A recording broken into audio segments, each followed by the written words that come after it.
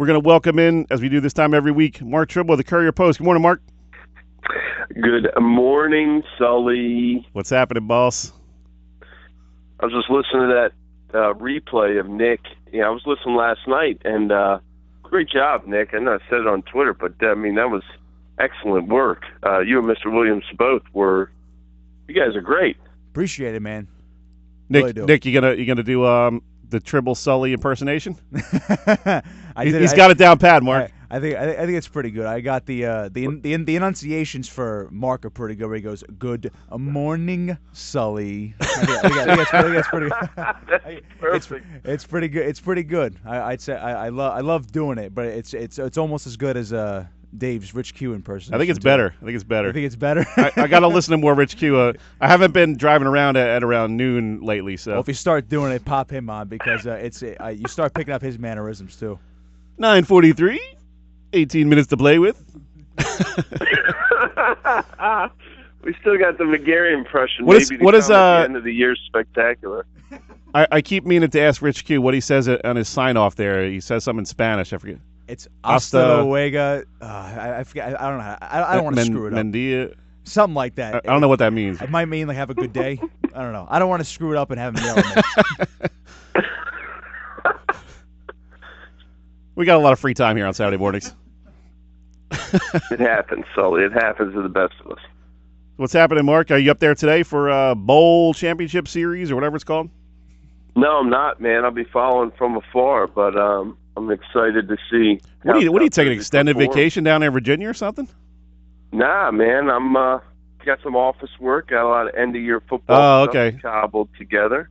Cool.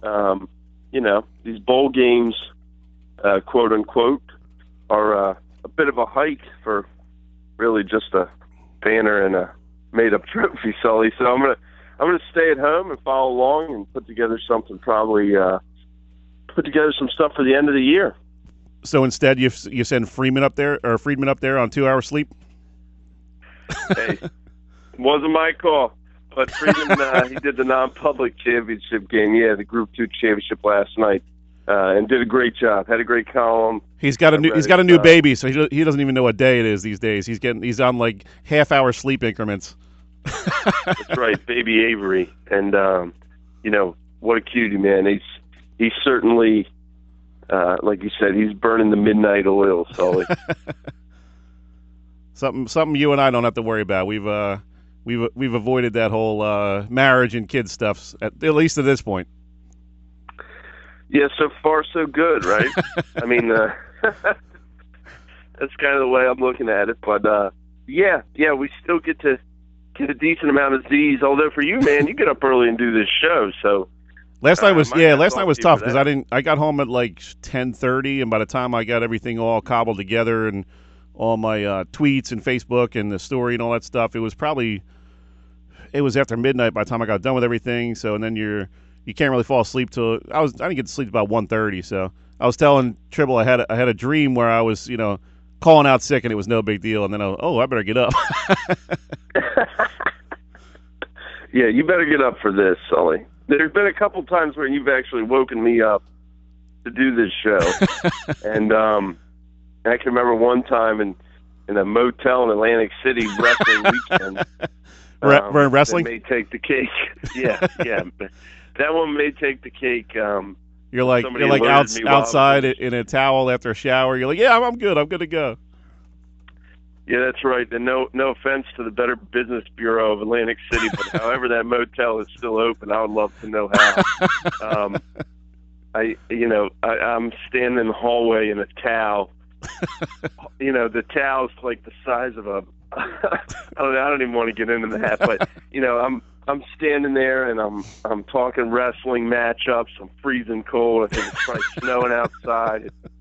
The memory each passing week, Sully, gets a little bit more vivid and a little bit more outrageous. But that was definitely my number one favorite Sully moment that I had.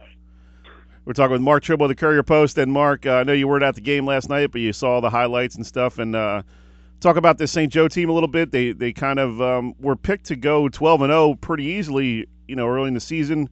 Everything was going off to a great start. They run into that those problems in the middle of the season in October, and really it was kind of up in the air as to where this team would go. Would everything fall apart and would the wheels come off, or would they kind of regroup for the final 4 or 5 weeks of the season and go on a run? And they did the latter and finish it off with a championship. Yeah, and you kind of felt they would do that when they beat Timber Creek, when they were shorthanded there, the second game of that, where they had a couple players suspended and Coach Sacco was out. When they beat Timber Creek on the road, it kind of felt like they would probably use that to keep going, kind of have the steam. And, you know, a credit to those kids, and as Kevin said, they are senior laden at some key spots, especially up front, and certainly the line drives this team. The Haddonfield game, I'll be honest with you, Sully, that Haddonfield game, I don't know. You know, we didn't know Haddonfield was what Haddonfield has been this year, where they've just been pretty much unstoppable. I mean, they won that game fair and square, and really put on quite a performance to kind of knock the crown off of St. Joe's head in terms of who's the best team in South Jersey, in my opinion. And the next week then with the suspension, which all that stuff, I kind of still believe. I don't know that ever should have happened. I feel a little bit, bad that somebody brought that video to someone's attention in kind of a vindictive manner for something that happened last spring. Kind of, by letter of the law, I understand it, but I still think it was kind of out of line that it even got to the point that it did.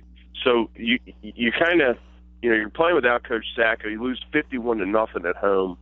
I would guess that's probably the worst loss they've had there in quite some time. And to regroup and to get it done in the fashion that they did, certainly it's a credit to the kids, a credit to the coaches for holding it all together, and it's a credit to the fans for continuing their support. And the crazy thing, you mentioned a lot of those seniors up front in the line and linebackers, but they got some really talented kids coming back. I mean, they got 2 Baylor recruits coming back that are sophomores this year. And, man, this kid, I don't know how much you saw of St. Joe this year, but this kid Keyshawn Griffin, this kid, it looks like he's 20 years old. I mean, he's got the body of a 20-year-old. He's 15 years old. He's 6'4", 220 as a sophomore. This kid's he's a game wrecker. Yeah, Sully, and, Griffin is very, very good, and his frame is certainly something where if he can bulk up and kind of just keep adding to what is already there, he could be a really, really special player. Hunt on the line is also good. There's another Lomax that's playing. Jada Byers, Ahmed Ross.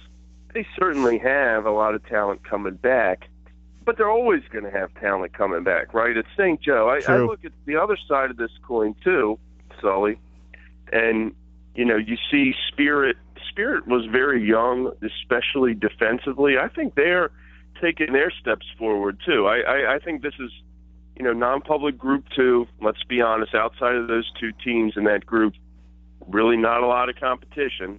I think we're probably going to see the same title next year or the year after that. But in terms of South Jersey supremacy, I think both of them are set up here for the short run and of course, as always, for the long run too. Talking with Mark Trible of the Courier Post. And Mark, give us a little more insight into Haddonfield. I've seen them play, I believe, just once this year in the season opener against Pleasantville. But this team has really just, like you said, dominated all the competition in South Jersey. They're undefeated, playing in a bowl game today, and got a chance to finish off 13-0. This is really kind of your old school 70s blue collar. No Under Armour, no wristbands. They're just going to come out there and put a licking on you.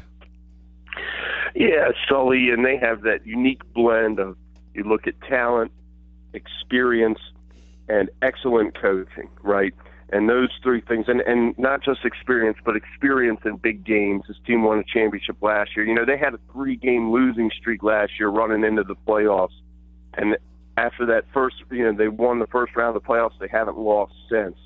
Jay Foley at quarterback, son of former NFL player Glenn Foley. His uncle coaches at Temple. Frank Delano, the coach, is certainly one of the 3 or 4 best in South Jersey, maybe one of the 4 or 5, 6 best in the state, I think. And Johnny Foley, receiver's going to play Lehigh. He's Jay's brother. Davis Smith, an athletic player who can do everything on the field. special teams, interceptions, really a threat. You also kind of got to bracket him on the outside as a receiver. Drew Gavernich, tight end. Gabe Klaus, defensive end. Nick Denoya on the line. They're names that maybe you're not familiar with. As, hey, this kid's recruited by Rutgers or Temple or whatever. But when you go watch them play as a cohesive unit, they are really quite remarkable. And they have the type of film that you as a midget coach, you would want to show your team to say, look, these guys just do their assignments, they listen to their coaches, and yes, they're talented. But their ability to follow the game plan and to work together makes their talent go to another level where they can beat teams who may have some superstar players. And that's what they've done all year. And it's a credit to them. Great point, Mark, the way they work together. That's really the impression I got when they beat Pleasantville. I mean, Pleasantville has all these great athletes all over the field, and they were just playing assignment football, stay in your lane and make the tackle, and that's pretty much what they've been doing all year. Well, yeah, and we had Clyde Folsom on our weekly show, the former West Effort coach, Mainland grad, of course, so a shout out to the Mustangs. But we had Clyde on our weekly video show, and we asked him, Clyde, with Haddonfield, what stood out to you? Because he said coaching against Frank Delano was the toughest he would have to go against. And he said the thing about them is, if you play them twice, whatever you do the first time, you are not going to do it the second time. Whatever you had success with, you're not going to do it. And I looked at it and kind of also translated that to say, whatever you do best, you're not going to do it. Right. When we talk about how great Jada Byers has been this year, when they played Haddonfield, he really didn't do much running the ball. I mean, they kind of cut that off, and then the rest of the game, you're going to have to beat them with something else, and they've done it with a lot of teams. Camden High didn't really throw the ball that well against. Camden High threw the ball well against most everybody. With West Defford, certainly there's the wing T, so there's something in that they're always going to try to take away.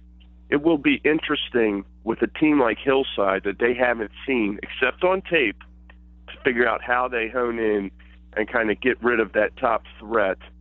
That's a unique matchup, so that's something the Bears watching, Sully. I got to believe Delano's got the iPad out on the way up. Oh, absolutely, and he's attentive to detail and has an unbelievable playbook of everything. I mean, he really is like a mad scientist with the offensive play calls, and just a brilliant coach. Great stuff as always, Mark. Up against the break, got to let you go, but we'll talk next week and kind of put a bow on this football season and talk about some of the big storylines. Hey, you got it, Sully. Thanks, and good job again, Nick. Keep it up. Thanks, Mark. Have a good weekend, Mark. Yeah. You too.